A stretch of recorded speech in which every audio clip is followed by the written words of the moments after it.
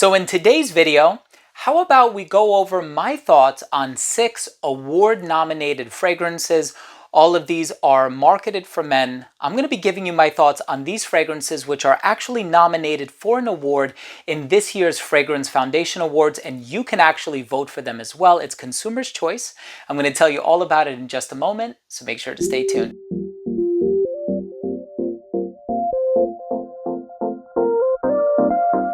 Now, before I begin today's episode and I tell you about these 6 award-nominated fragrances, it's all consumer's choice. There's actually 3 different categories, but I'm going to be focusing on the men's category because that's the primary demographic of this channel. But before I jump into the video, I do want to mention that if you're a fan of fragrance-related content, if you love smelling your best, hit subscribe, hit the bell, and also give this video a thumbs up for the algorithm.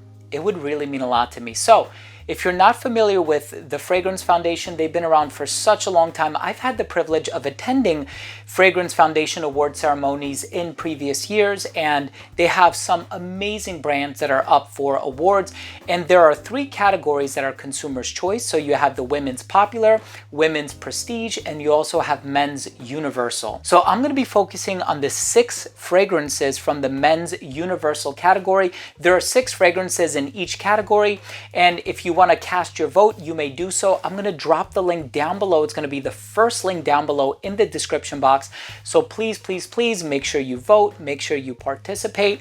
I think it's a great opportunity for your voice to be heard for one of these wonderful fragrances that are listed in this year's awards. And you have the opportunity to let your voice be heard, and I think that's really important. So I'm going to drop the link down below. I already voted by the time that you're watching this video, so I know what my favorites are. So these are not in any particular order, right? So this is not from best to worst or worst to best. I'm just gonna give you my thoughts on all of these fragrances.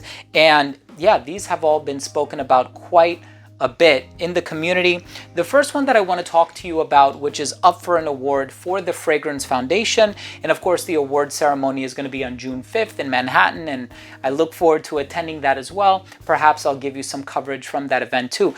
Born in Roma Intense by Valentino. So I have purchased the women's counterpart as well. I purchased this bottle. So this fragrance is awesome. Vanilla, lavender, some smooth woods. So this is a bit on the playful night out side of things, but it also has this modern gentlemanly appeal to it as well. So lavender and a lot of these aromatic ingredients are kind of making a resurgence. And I personally love to see that because I've always been a fan of aromatic ingredients, whether it be lavender or clary sage. I find that they're easy to wear. I just don't like it when it's very plain and generic. That's not the case with Born in Roma Intense by Valentino. And of course, it goes without saying that these are all recent releases as well. So of course, you are voting on recent releases. You're not going to get fragrances that are 5 or 10 years old, right? So this is all current. This one is an awesome vanilla and lavender fragrance. Now we have here called Hazy Blue. The name for this one is Hazy Blue. The brand is Eloria. And this scent is this smooth white floral sandalwood type of a fragrance, and it opens up with this crisp, bright bergamot in the opening. This is probably one of the most versatile fragrances on this list. So this is more of like a casual scenario, but it's a very sort of tranquil, very serene, calm, meditative type of a fragrance. This is one that I really enjoy as well.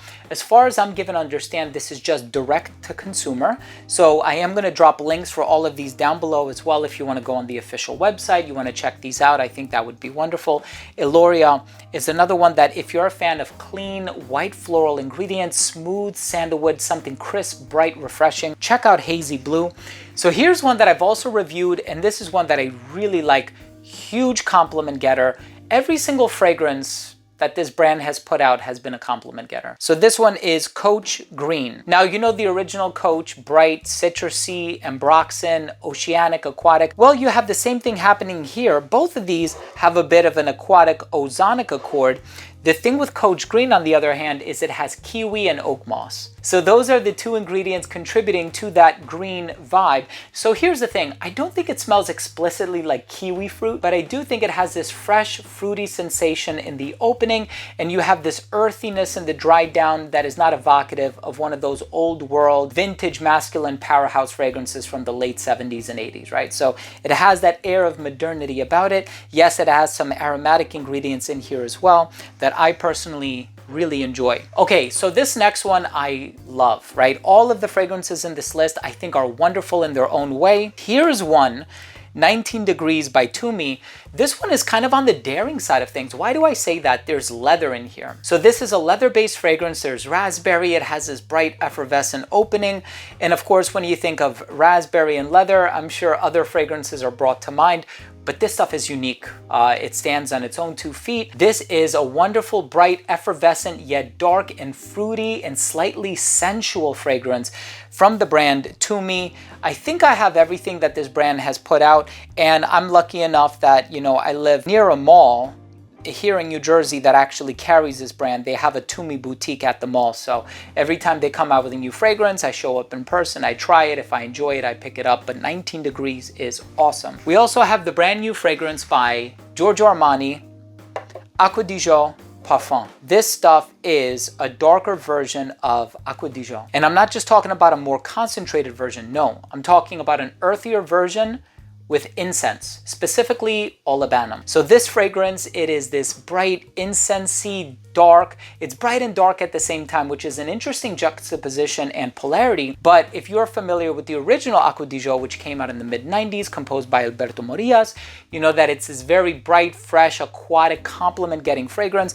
Here's one with a huge compliment factor as well. Love that dark aesthetic on the bottle here with that dark fade from dark to transparent, and it just smells so bright, but it also has like this darkness to it that I think increases the versatility, and it does kind of put me in the mind of Profumo. So if you smelled Acqua di Parma Profumo with that patchouli incense vibe in there, it's going to be right along those same lines. As a matter of fact, it brought back a lot of the same memories when I first tried it.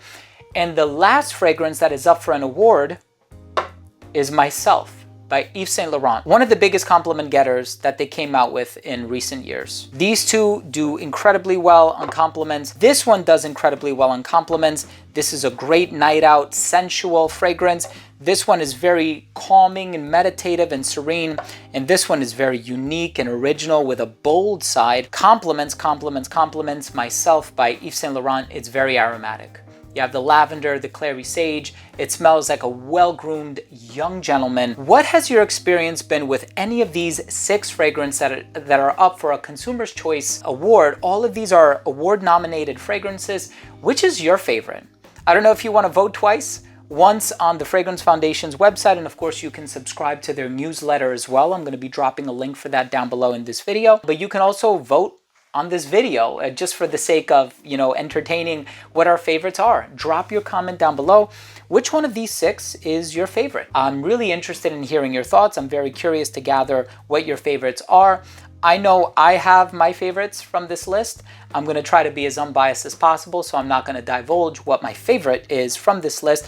But I must say that, you know, I went out and I purchased and I purchased and I purchased and I purchased. So I love these fragrances. And I'm not just doing it for the sake of reviewing it for the channel, but these are fragrances that I wear and I feature in lists. And if you've watched some of my lists, you know that some of these have made it on those lists. In any case, make sure to cast your vote. I think voting is open from May 1st to May 20th, but all of that pertinent information is going to be down below in case I make any audible errors. But please cast your vote. Would really appreciate it. Thank you again so much for watching. Hit subscribe, hit the bell, give this video a thumbs up. I hope you're all doing well. Love you guys. We'll see you tomorrow with a new episode. Bye.